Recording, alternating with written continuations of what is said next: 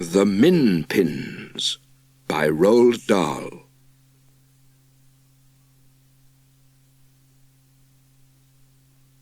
Little Billy's mother was always telling him exactly what he was allowed to do and what he was not allowed to do. All the things he was allowed to do were boring. All the things he was not allowed to do were exciting. One of the things he was never allowed to do, the most exciting of them all, was to go out through the garden gate all by himself and explore the world beyond.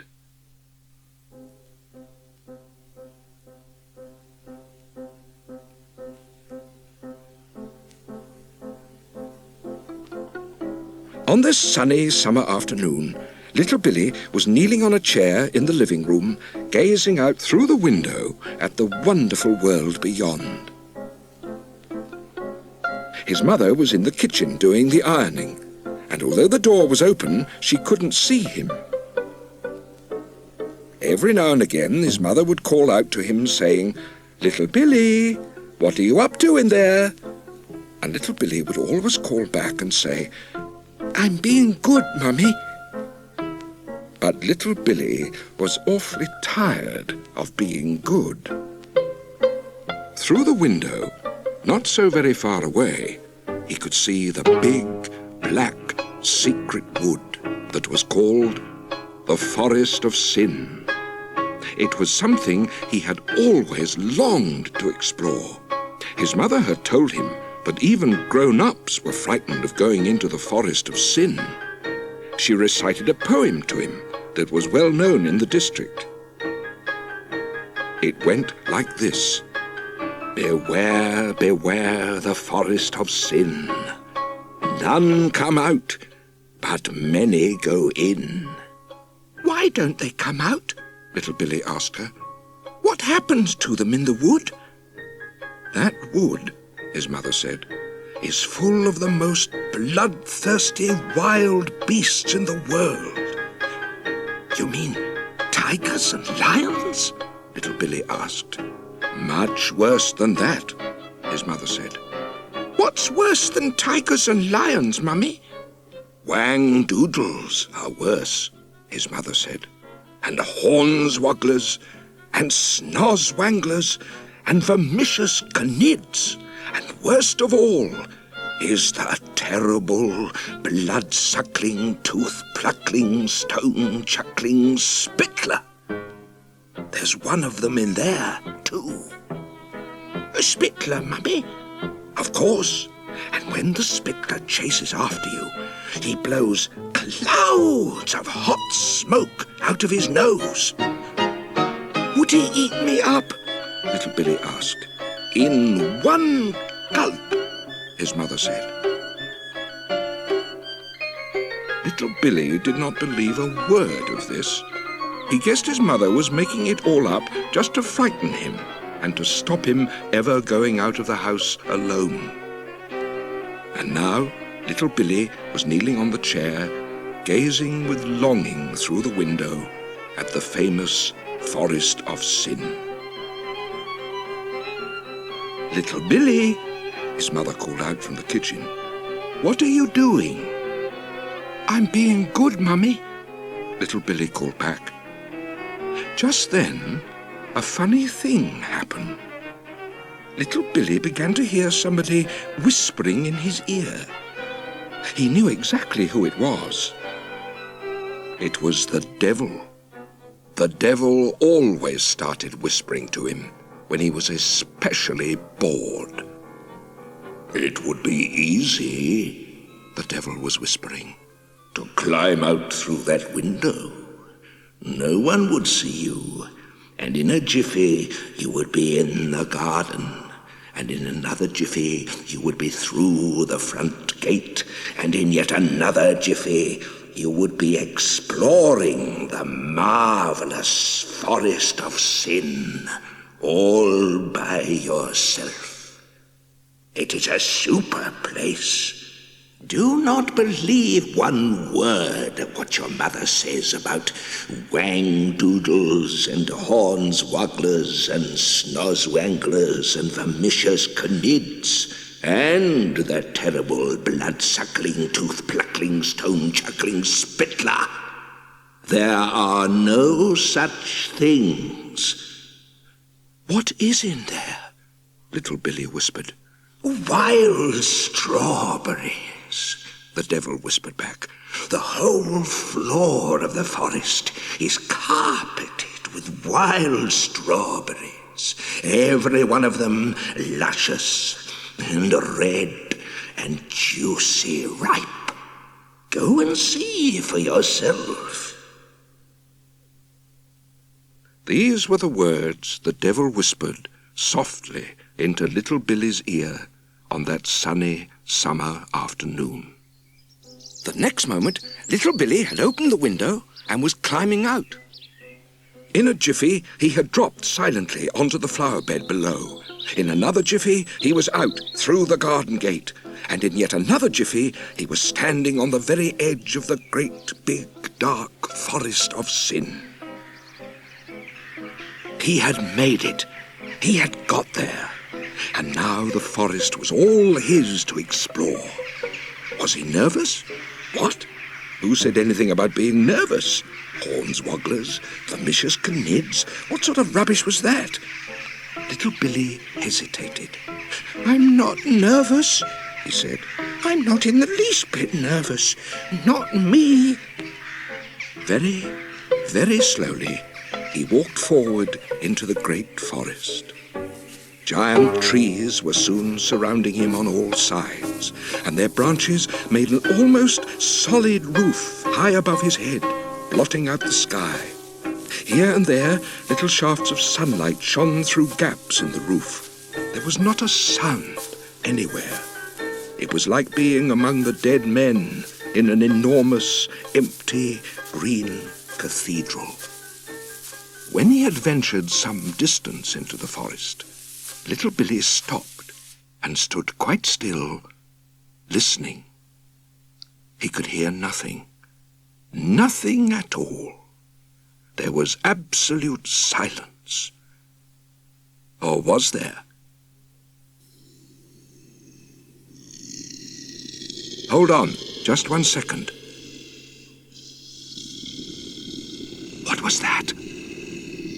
Little Billy flicked his head round and stared into the everlasting gloom and doom of the forest. There it was again. There was no mistaking it this time. From far away there came a very faint, whoozing, whiffling noise, like a small, gusty wind blowing through the trees. Then it grew louder. Every second it was growing louder, and suddenly it was no longer a small wind. It was a fearsome, swooshing, whooshing, whiffling, snorting noise that sounded as though some gigantic creature was breathing heavily through its nose as it galloped towards him. Little Billy turned and ran. Little Billy ran faster than he had ever run in his life before. But the swooshing, whooshing, whiffling, snorting noise was coming after him. Worse still, it was getting louder. This meant that the thing, the maker of the noise, the galloping creature, was getting closer. It was catching him up. "Run, Little Billy! Run! Run! Run!" He dodged around massive trees. He skipped over roots and brambles. He bent low to flash under boughs and bushes. He had wings on his feet, he ran so fast. But still the fearsome, swooshing, whooshing, whiffling, snorting noise grew louder and louder as it came closer and closer. Little Billy glanced back quickly over his shoulder. And now, in the distance, he saw a sight that froze his blood and made icicles in his veins. What he saw were two mighty puffs of orange-red smoke billowing and rolling through the trees in his direction. These were followed by two more.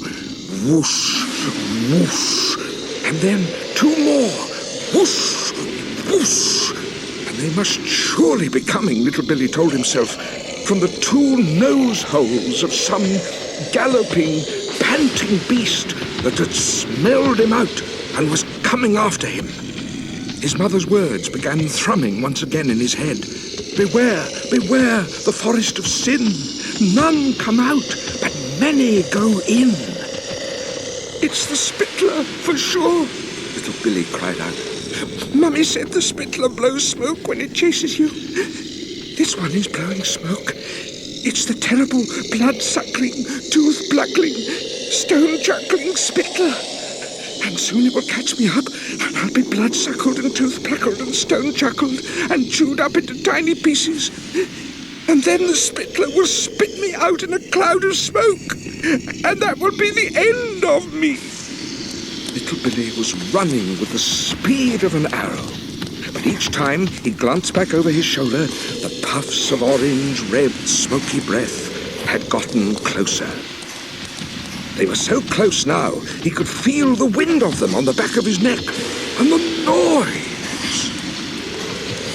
It was deafening in his ears, this fearsome, swooshing, whooshing, whiffling, panting noise. Woof, woof, it went. Woof, woof, woof, woof, woof, woof. It was like the noise made by a steam locomotive pulling out from a station. Then, suddenly, he heard another noise that was somehow more fearsome still. It was the pounding of gigantic, galloping hooves on the floor of the forest. He glanced round again, but the thing, the beast, the monster, or whatever it was hidden from his sight by the smoke it shot out as it galloped forward. Billowing all around him now. He could feel its hotness. Worse still, he could smell its smell. The smell was disgusting. It was the stench that comes from deep inside the tummy of a meat-eating animal. Mummy! He cried out. Save me! Suddenly, directly in front of him, little Billy saw the trunk of an enormous tree. This tree was different from the others because it had branches hanging down very low. While still running, he made a frantic jump for its lowest branch. He caught it and pulled himself up. Then he grabbed the next branch above his head and pulled himself up again. Then again and again, climbing higher and higher, to get away from the terrible, snorting, smoke-blowing, smelly-breathed beast down below. He stopped climbing only when he was too exhausted to climb any higher. He looked up, but even now he couldn't see the top of the giant tree. It seemed to go on forever. He looked down. He couldn't see the ground either. He was in a world of green leaves and thick, smooth branches with no earth or sky in sight. The snorting, smelly, smoke-blowing beast was miles away down below somewhere. He couldn't even hear it anymore. Little Billy found a comfortable place where two big branches came together, and he sat down to rest. For the moment, at any rate, he was safe. Then, something very peculiar happened. There was a huge, smooth branch very close to where little Billy was sitting, and he suddenly noticed that a small, square patch of bark on this branch was beginning to move. It was a very small patch, about the size of a postage stamp, and the two sides of it seemed to be splitting down the middle and opening slowly outwards, like a pair of shutters on some tiny window. Little Billy sat staring at this extraordinary thing, and all at once a strange, uncomfortable feeling came over him. It felt as though the tree he was sitting in and the green leaves all round him belonged to another world altogether, and that he was a trespasser who had no right to be where he was. He watched intently as the tiny shutters of tree bark opened wider and wider, and when they were fully open, they revealed a small, squarish window set neatly in the curve of the big branch. There was some sort of a yellowish glow coming from deep inside the window. The very next thing little Billy saw was a tiny face at the window. It had appeared suddenly from nowhere, and it was the face of an extremely old man with white hair.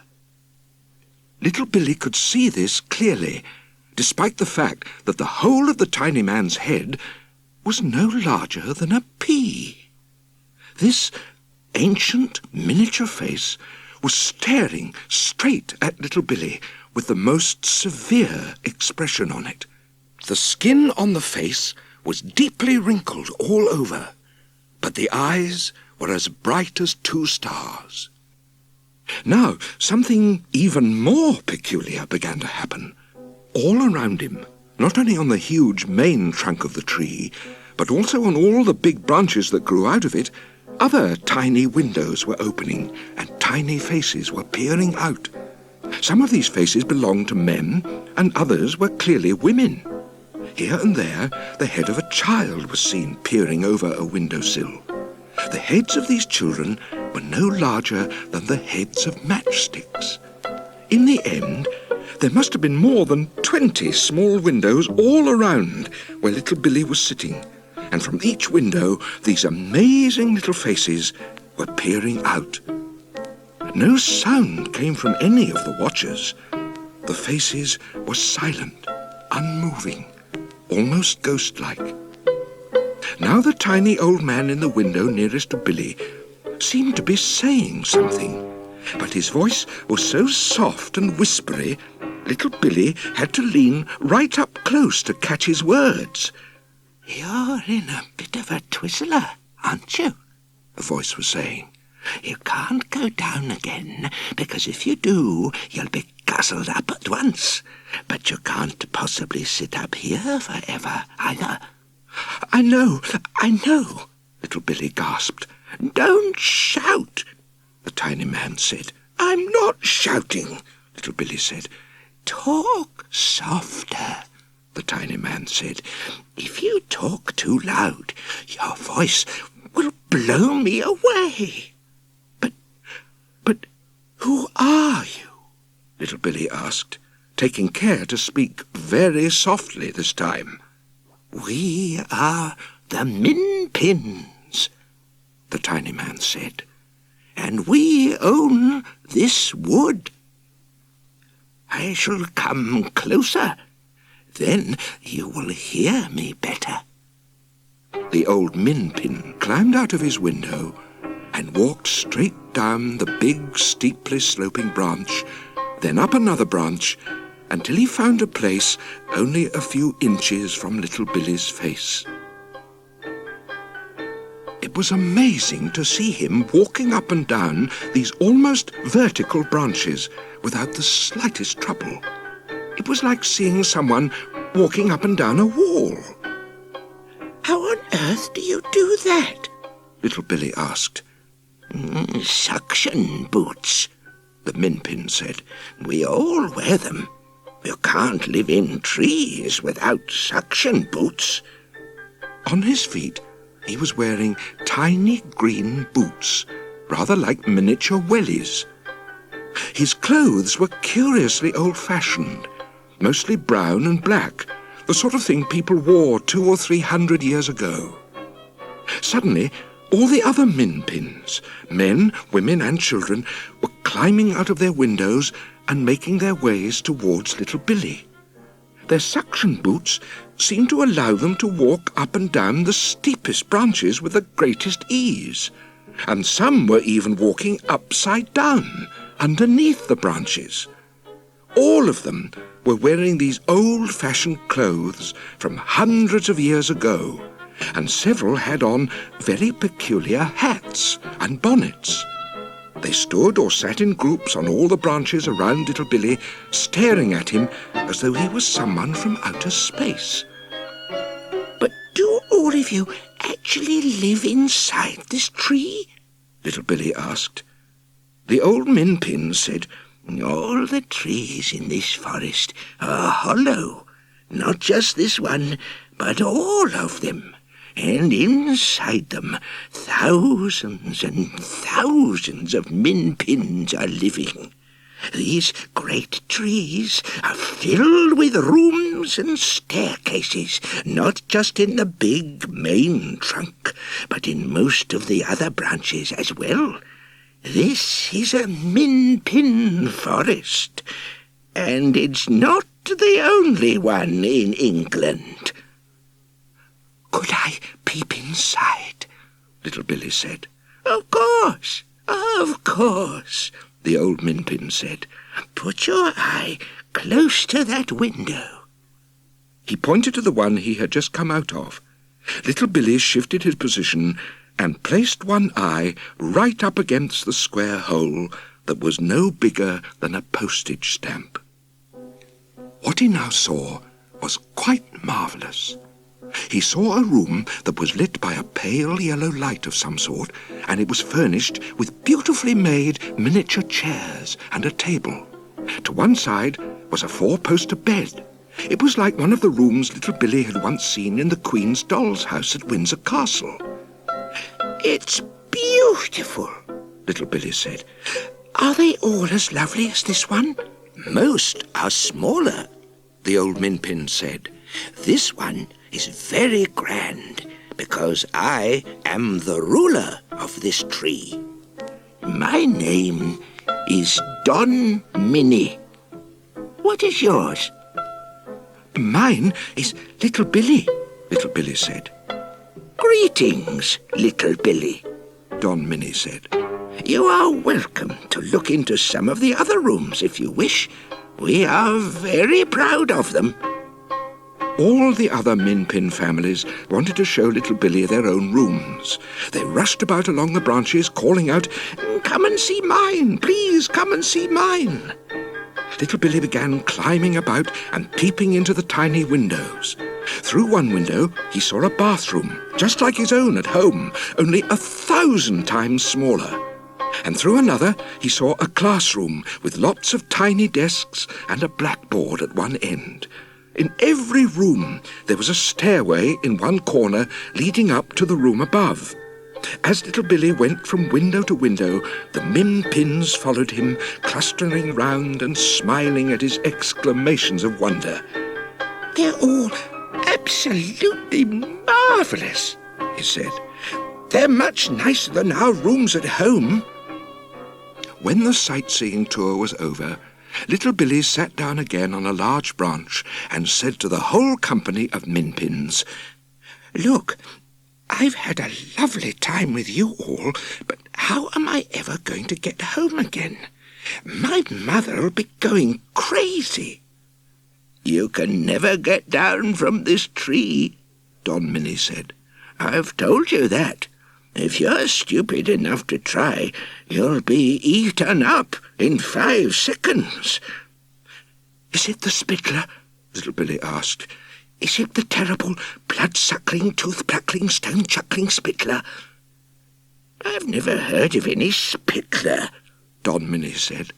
"The one waiting for you down there is the fearsome gruncher, the red-hot, smoke-belching gruncher. He grunches up everything in the forest. That's why we have to live up here. He has grunched up hundreds of humans and literally millions of Minpins. What makes him so dangerous is his amazing and magical nose. His nose can smell out a human or a Minpin or any other animal from 10 miles away. Then he gallops towards it at terrific speed.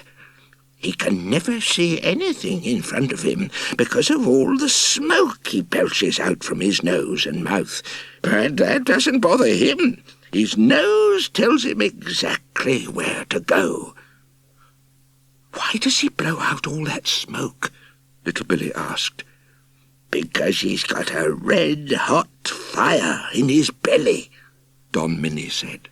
"The gruncher likes his meat roasted, and the fire roasts it as it goes down." "Look," Little Billy said. "Gruncher or no gruncher, I've simply got to get home somehow. I'll have to make a dash for it." "Don't try it, I beg you," Don Minnie said. "The gruncher knows you're up here. He's down there now, waiting for you. Climb down a bit lower with me, and I'll show you." Don Minnie walked easily straight down the side of the great tree trunk. Little Billy climbed carefully down after him from one branch to the next. Soon, below them, they began to smell the revolting hot stench of the gruncher's breath, and the orange-red smoke was now billowing up into the lower branches in thick clouds.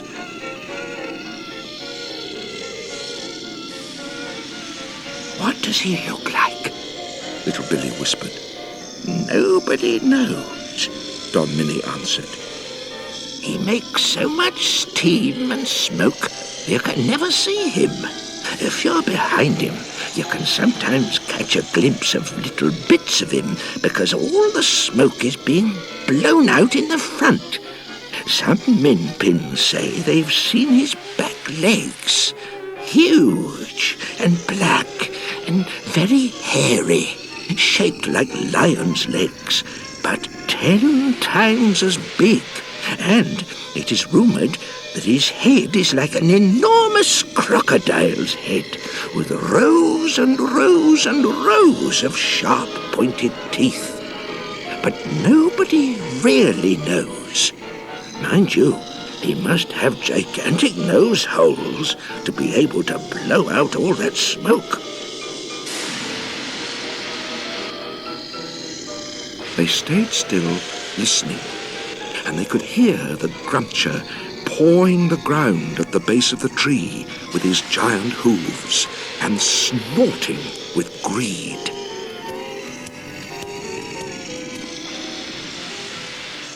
"He smells you," Don Minnie said. "He knows you aren't far away. He'll wait forever to get you now. He adores humans, and he doesn't catch them very often. Humans are like strawberries and cream to him. You see, for months he's been living on a diet of Minpins, and 1,000 Minpins is not even a snack for him. The brute is ravenous." Little Billy and Don Minnie climbed back up the tree to where all the other Minpins were gathered. They seemed glad to see Little Billy come safely back. "Stay up here with us," they said to him. "We'll look after you."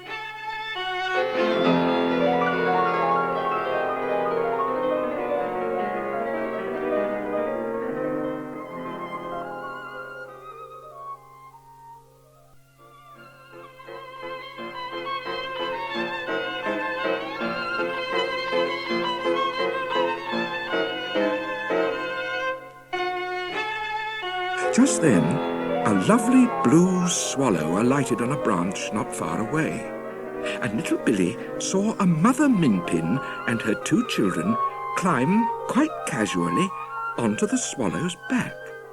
Then the swallow took off and flew away with its passengers seated comfortably between its wings. "Good heavens!" cried Little Billy. "Is that a special tame bird?" "Not at all," Don Minnie said. "We know all the birds. The birds are our friends. We use them all the time for going places. That lady is taking her children to see their grandmother, who lives in another forest about 50 miles away. They'll be there in less than an hour." Can you talk to them? Little Billy asked. To the birds, I mean? Of course we can talk to them, Don Minnie said. We can summon them any time we want if we have to go somewhere. How else would we get our supplies of food up here? The red-hot gruncher makes it impossible for us to walk anywhere in the wood. Do the birds like doing this for you? Little Billy asked. They'll do anything for us, Don Minnie said. They love us, and we love them. We store food for them inside the trees, so they don't starve when the icy cold winter comes along. Suddenly, all sorts of birds were alighting on the branches of the tree around where Little Billy was sitting, and the Minpins were climbing onto their backs in droves. Most of the Minpins had small sacks slung over their shoulders. At this time of the day, they go off to collect food, Don Minnie said. All the grown-ups have to help in getting food for the community. The population of each tree looks after itself. Our large trees are like your cities and towns, and the small trees are like your villages. It was an astonishing sight. Every kind of wonderful bird was flying in and perching on the branches of the great tree, and as soon as one landed, a Minpin would climb onto its back, and off they would go. There were blackbirds and thrushes and skylarks and ravens and starlings and jays and magpies and many kinds of small finches. It was all very fast and well organized. Each bird seemed to know exactly which Minpin it was collecting, and each Minpin knew exactly which bird he or she had ordered for the morning. The birds are our cars, Don Minnie said to Little Billy. They're much nicer, and they never crash. Soon, all the grown-up Minpins, excepting Don Minnie, had flown away on birds, and only the tiny children were left. Then the robins came in, and the children began climbing onto their backs and going for short flights. Don Minnie said to Little Billy, The children all practice learning to fly on robins. Robins are sensible and careful birds, and they love the little ones. Little Billy simply stood there staring. He could hardly believe what he was seeing. While the children were practicing on the robins, Little Billy said to Don Minnie, Is there no way in the world to get rid of that disgusting red-hot smoke-belching gruncher down below? The only time a gruncher dies, Don Minnie said, is if he falls into deep water. The water puts out the fire inside him, and then he's dead. The fire to a gruncher is like your heart is to you. Stop your heart and you die at once. Put out the fire, and the gruncher dies in 5 seconds. That's the only way to kill a gruncher. Now, hang on a minute, Little Billy said. Is there by any chance a pond or something around here?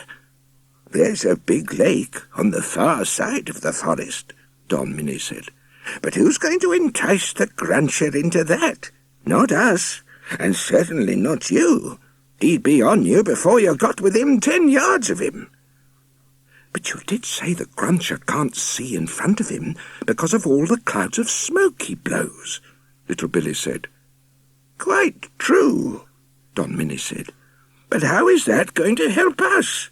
I don't think the gruncher is ever going to fall into the lake. He never goes out of the forest. I think I know how to make him fall in, Little Billy said. What I want, Little Billy went on, is a bird that is big enough to carry me. Don Minnie thought about this for a while. Then he said, You're a very small boy, and because of that, I think a swan could carry you quite easily. Call up a swan, Little Billy said. Suddenly, there was a new authority in his voice. But I hope you're not going to do anything dangerous, Don Minnie cried. Listen carefully, Little Billy said, because you must tell the swan exactly what he has to do. With me on his back, he must fly down to the gruncher. The gruncher will smell me and know that I am very close, but he won't see me through all the steam and the smoke. He'll go mad trying to get at me. The swan will tantalize him by flying back and forth right in front of him. Is that possible? Quite possible, Don Minnie said, except that you might easily fall off. You've had no flying practice at all. I'll hang on somehow, Little Billy said. Then the swan, keeping very low, will fly off through the forest with the ravenous gruncher hot foot in pursuit. The swan will keep just ahead of the gruncher all the time, driving him crazy with my smell. And in the end, the swan will fly straight over the big deep lake, and the gruncher, now travelling at terrific speed, will follow right behind. Presto! He's in the lake! My boy, Don Minnie cried, you are a genius. Will you do it? Call up the swan, Little Billy ordered. Don Minnie turned to one of the robins which had just come back from a practice flight with a child Minpin on its back. Little Billy heard him talking to the robin in a kind of curious twitter. He couldn't understand a word of it. The robin nodded its head and flew off. 2 minutes later, a truly magnificent swan, as white as snow, came swooping in and landed on a branch nearby. Don Minnie walked over to it, and once again a curious twittery conversation took place, a much longer one this time, with Don Minnie doing nearly all the twittering and the swan nodding and nodding. Then Don Minnie turned to Little Billy and said, Swan thinks it's a great idea. He says he can do it, but he's just a bit anxious because you have never flown before. He says you must hang on very tight to his feathers. Don't you worry about that, Little Billy said. I'll hang on somehow. I don't want to be roasted alive and eaten by the gruncher.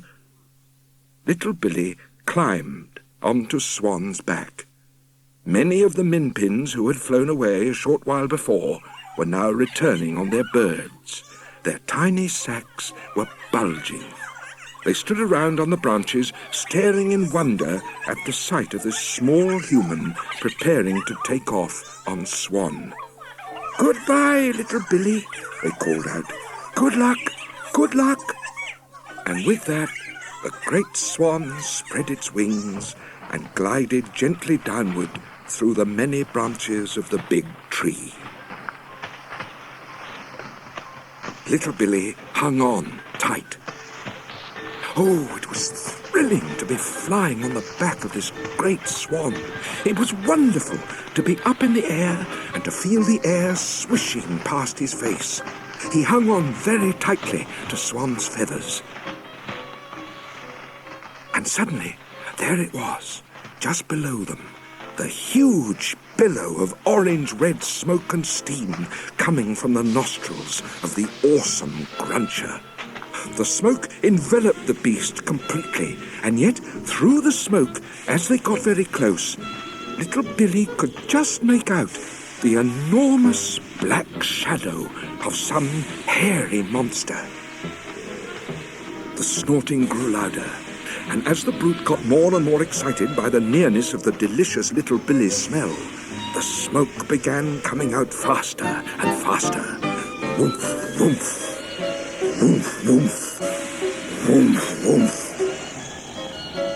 Little Billy could feel the monster getting closer. Woof, woof, woof, woof, woof, woof. Swan was flying back and forth right in front of the snorting cloud of smoke, tempting and tantalizing the beast and driving him mad with greed. The beast, or rather the cloud of smoke, kept lunging at little Billy, but Swan was too quick for him and jigged away every time. The snorting grew louder and more ferocious every second, and the whoomph of thick hot steam came pouring out, thicker than ever. Once, Swan looked round to see if little Billy was all right. Little Billy nodded and smiled, and he could swear Swan nodded and smiled back at him. At last, Swan must have decided they had done enough teasing. The great, thick, orange-red cloud was leaping up and down in a frenzy of hunger and desire, and the whole forest was echoing with the snorts and growls of the awesome creature. Swan glided round and headed in a straight line towards the edge of the forest. And of course, the vast cloud of smoke came hurtling after it. Swan was very careful to fly low all the time, keeping just in front of the gruncher, leading him on and on, threading a path carefully through the great trees in the forest. The scent of human food was very strong in the gruncher's nostrils, and he must have been thinking that so long as he kept going flat out, he would catch his meal in the end. Suddenly, right in front of them, on the edge of the forest, was the lake. The gruncher, hurtling along right behind them, was interested only in the glorious human scent he was following. Swan flew straight towards the lake. It skimmed low over the water. The gruncher kept going. Little Billy, looking back, saw the gruncher plunging right into the lake. And then the whole lake seemed to erupt in a mass of boiling, steaming, frothing, bubbling water. For a brief moment, the terrible red-hot smoke-belching gruncher made the lake boil and smoke like a volcano. Then the fire went out, and the awesome beast disappeared under the wave. When it was all over, Swan and little Billy flew higher and circled the lake for a last look. And suddenly, the whole sky around them was filled with birds, and every bird had one or more Minpins on its back.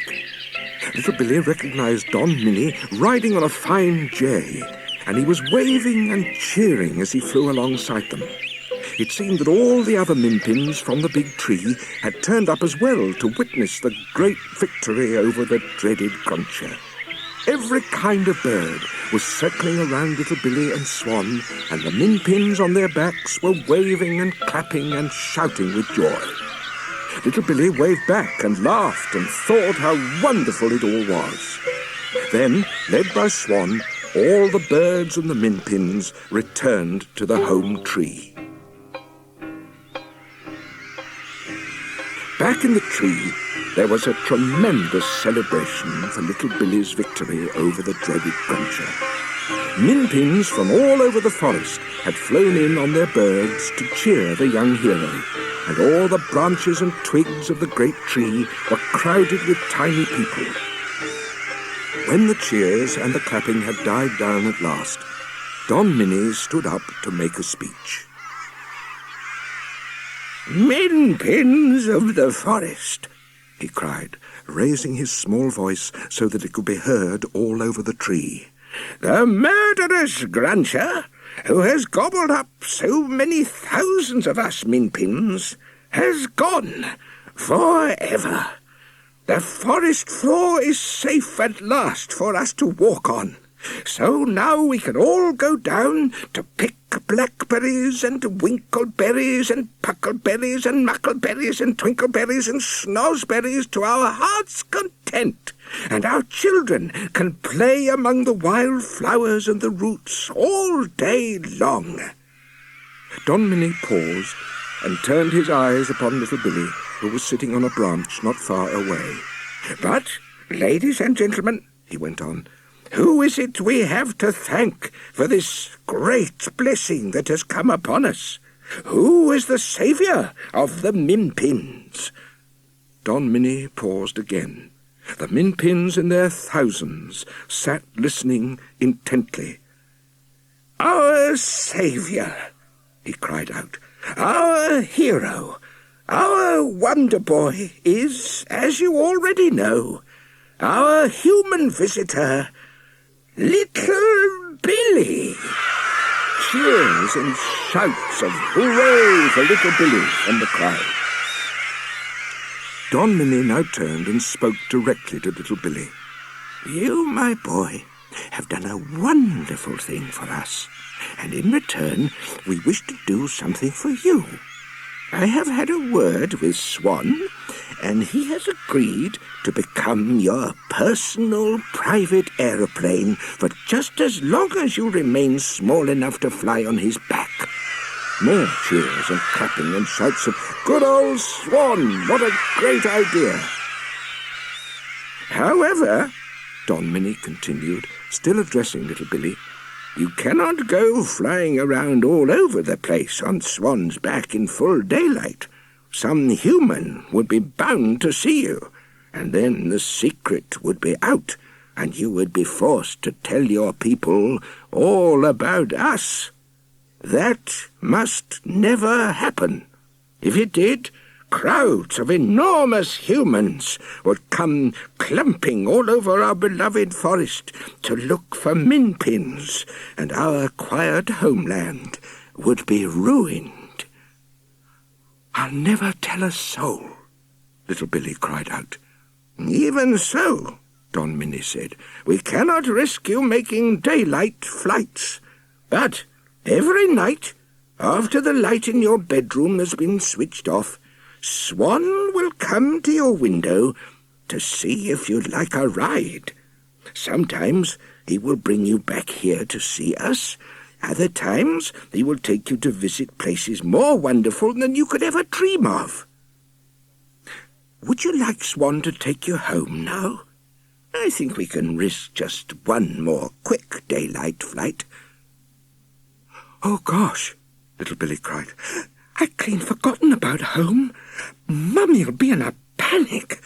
I must fly." Don Minnie gave a signal, and in 5 seconds Swan swooped down and landed on the tree.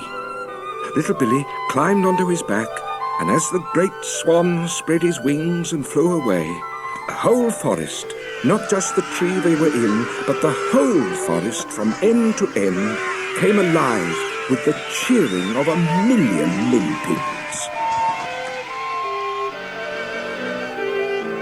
Swan landed on the lawn of Little Billy's house, and Little Billy jumped off his back and ran to the living room window. Very quietly, he climbed in. The room was empty. "Little Billy," came his mother's voice from the kitchen. "What are you up to in there? You've been very quiet for a long time." "I'm being good, Mummy," Little Billy called back. "I'm being very, very good." His mother came into the room with a pile of ironing in her arms. She looked at Little Billy. "What have you been doing?" she cried. "Your clothes are absolutely filthy." "I've been climbing trees," Little Billy said. "I can't let you out of my sight for 10 minutes, his mother said. "Which tree was it?" "Just one of those old trees outside," Little Billy said. "If you're not careful, you'll fall down and break an arm," his mother said. "Don't do it again." "I won't," Little Billy said, smiling a little. "I'll just fly up into the branches on silver wings." "What rubbish you talk," his mother said, and she walked out of the room with her ironing. From then on, Swan came every night to Little Billy's bedroom window. He came after Billy's mother and father had gone to sleep, and the whole house was quiet. But Little Billy was never asleep. He was always wide awake and eagerly waiting, and every night, before Swan arrived, he saw to it that the curtains were drawn back and the window was open wide, so that the great white bird could come gliding right into the room and land on the floor beside his bed. Then little Billy would slip into his dressing gown and climb onto Swan's back, and off they would go. Oh, it was a wondrous, secret life that little Billy lived up there in the sky at night on Swan's back. They flew in a magical world of silence, swooping and gliding over the dark world below, where all the earthly people were fast asleep in their beds. Once, Swan flew higher than ever before, and they came to an enormous, billowing cloud that was shining in a pale golden light. And in the folds of this cloud, little Billy could make out creatures of some sort moving around. Who were they? He wanted so badly to ask Swan this question, but he couldn't speak a word of bird language. Swan seemed unwilling to fly very close to these creatures from another world, and this made it impossible for little Billy to see them clearly. Another time, Swan flew through the night for what seemed like hours and hours, until they came at last to a gigantic opening in the earth's surface, a sort of huge gaping hole in the ground. And Swan glided slowly round and round above this massive crater, and then right down into it. Deeper and deeper they went into the dark hole. Suddenly, there was a brightness like sunlight below them, and little Billy could see a vast lake of water, gloriously blue, and on the surface of the lake, thousands of swans were swimming slowly about. The pure white of the swans against the blue of the water was very beautiful. Little Billy wondered whether this was a secret meeting place of all the swans of the world, and he wished he had been able to ask Swan this question as well. But sometimes mysteries are more intriguing than explanations, and the swans on the blue lake, like the creatures on the golden cloud, would remain a mystery forever in little Billy's memory. About once a week, Swan would fly little Billy back to the old tree in the forest to visit the Minpins. On one of these visits, Don Minnie said to him, "You're growing up fast, little Billy. I'm afraid that soon you'll be too heavy for Swan." "I know," little Billy said. "I can't help it." "I'm afraid we don't have any bigger birds than Swan," Don Minnie said. "But when he can't carry you any longer, I do hope you will still come up here to visit us." I will, little Billy cried. "I will always keep coming to see you. I will never forget you." "And listen," Don Minnie said, smiling, "perhaps some of us might come down in great secrecy to visit you." "Could you really do that?" little Billy asked. "I think we might," Don Minnie said. "We could trickle silently down to your house in the dark and creep into your bedroom for a midnight feast."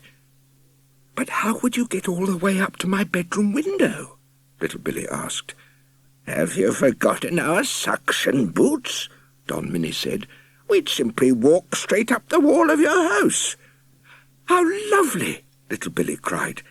"Then we can take it in turns visiting each other." "Of course we can," Don Minnie said. And that is exactly what happened. No child has ever had such an exciting young life as little Billy, and no child has ever kept such a huge secret so faithfully. He never told a soul about the Minpins. I myself have been very careful not to tell you where they live, and I am not about to tell you now. But if by some extraordinary chance you should one day wander into a forest and catch a glimpse of a Minpin, then hold your breath and thank your lucky stars, because up to now, so far as I know, No one excepting little Billy has ever seen one. Watch the birds as they fly above your heads, and who knows, you might well spy a tiny creature riding high on the back of a swallow or a raven. Watch the robin especially, because it always flies low, and you might see a nervous young Minpin perched on the feathers having its first flying lesson. And above all, watch with glittering eyes the whole world around you, because the greatest secrets are always hidden in the most unlikely places. Those who don't believe in magic will never find it.